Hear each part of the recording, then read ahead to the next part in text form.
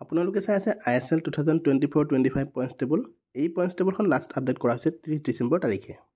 কালি 29 ডিচেম্বৰ তাৰিখে জামশেদপুৰ FC আৰু কেৰালা FCৰ মাজত এখন খেল আছিল আৰু এই খেলখনত জামশেদপুৰ FCয়ে 1-0 গলত কেৰালা FCক হৰুৱাই হেইহে আজিৰ পইণ্টছ টেবুল এনে ধৰণৰ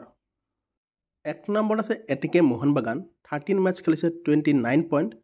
2 নম্বৰ আছে বেংগলুৰু 13 মেচ খেলিছে 27 পইণ্ট 3 নম্বৰ আছে গোৱা 12 মেচ খেলিছে 22 পইণ্ট 4 নম্বৰ আছে জামশেদপুৰ FC 12 মেচ খেলিছে 21 পইণ্ট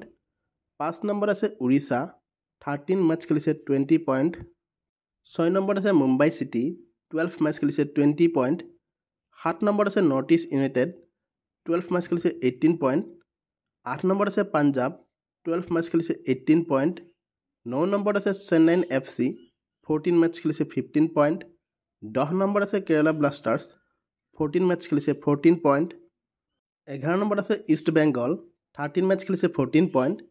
12 নম্বৰ আছে হায়দৰাবাদ 13 মেচ খেলিছে 8 পইণ্ট আৰু 13 নম্বৰ আছে মহম্মদান 13 মেচ খেলিছে 6 পইণ্ট এই পইণ্টছ টেবুলখন লাষ্ট আপডেট কৰা হৈছে 30 ডিচেম্বৰ তাৰিখে ভিডিঅ'টো যদি ভাল লাগিছে প্লিজ লাইক শ্বেয়াৰ কৰি দিয়াৰ লগতে চেনেলটো ছাবস্ক্ৰাইব কৰি দিব